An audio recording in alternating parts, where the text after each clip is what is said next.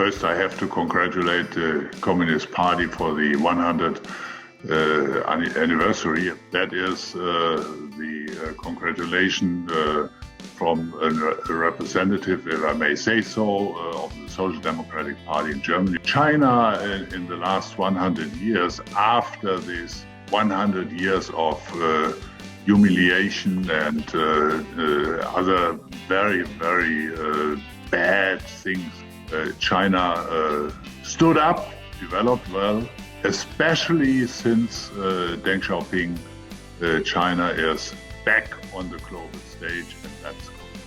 I visited your country in the last 15 years for almost 200 times. I spent weeks, sometimes more than some weeks, in China. 1/3 of my time in the last 15 years, at least 1/3 of my time I spent in China. I observed this development. In a specific, very limited sense, I'm part of this development. I'm proud to say, to just give you one example, to say that we are part of the development of a hospital in Shanghai, Pudong, which is a cooperation project with the oldest and biggest and most reputable European university hospital, Charité in Berlin, and some other projects. The development within China is important for the globe, is important for the European Union as well as for Germany. Without a stable China, the world will be not in a good shape. The pandemic has brought great changes to the global economy, and China is one of the first countries to effectively control the pandemic.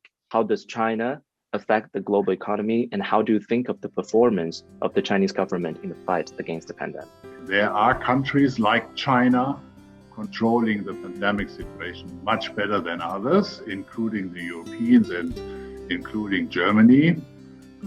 Although the Germans in Europe are quite doing well, we have a serious situation still.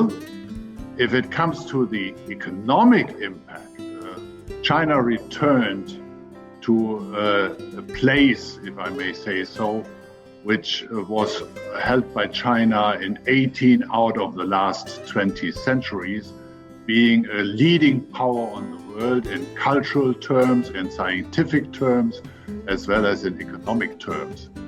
So it's somehow a return. And this return is a very successful one. China is a unique example if it comes to the speed, the intensity, and the success of this return. Never, ever in human history, economic history, we have seen such an intensive, speedy development as we see in China since the early 1990s. China and EU economic cooperation also has made great progress. You are also actively involved in that. But we see at the beginning of this year, actually the political accusations between China and EU actually blocked the development of China-EU investment agreement. So, because the EU have accusations on Hong Kong and Xinjiang issues, etc.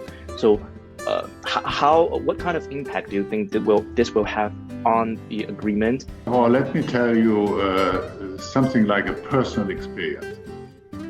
In different political offices, I visited China, and this started in the second half of the 1980s. I was in Beijing, I was in Anhui, I was in Shanghai. I have seen a lot of different things there, but in general, China at that time was a very poor, underdeveloped country. That is why I say it's not just an economic return what China made in the last 40 years. It's also a huge, huge progress for society and individuals.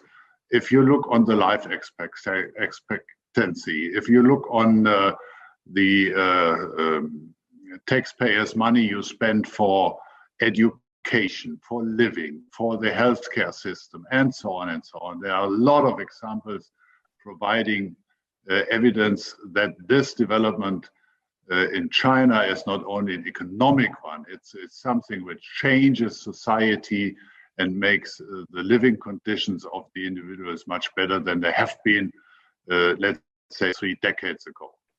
Against this background, the rise of China is in the interest of the Chinese people as well as in a global interest. We have to make sure that the principle of our relationship is based on cooperation, based on common interests, and not based on confrontation and sanctions. We do not need to teach each other, but we need to learn from each other. We have to have a fair dialogue based on respect and mutual understanding. And from this standpoint, also an agreement like the comprehensive agreement on investment with the European Union is a major step forward. So Merkel also stressed before, because I sent you this question before, and she literally says that a continuously developing China is in line with Germany's interest. For example, climate change, multilateral trade. So do you agree with this statement? Yes, I agree, and I would add something.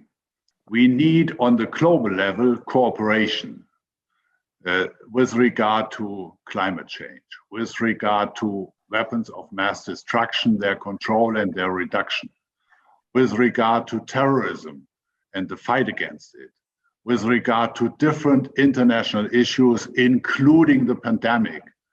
Merkel's term come to the end. Do you have an expectation, or how will you expect the relationship between China and Germany?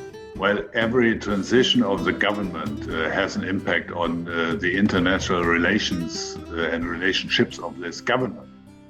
That's quite normal. Yes, there will be a phase, I hope a very short one, in which the German government will and the new administration will pave the way for the next 4 years. In the long run, I'm very much confident that the overwhelming interest is to find better and more intense ways for cooperation. Well, look on Germany and China. Whatever the chancellors are regarding their political background, is it Helmut Kohl? Is it Helmut Schmidt? Is it Gerhard Schröder? Is it Angela Merkel?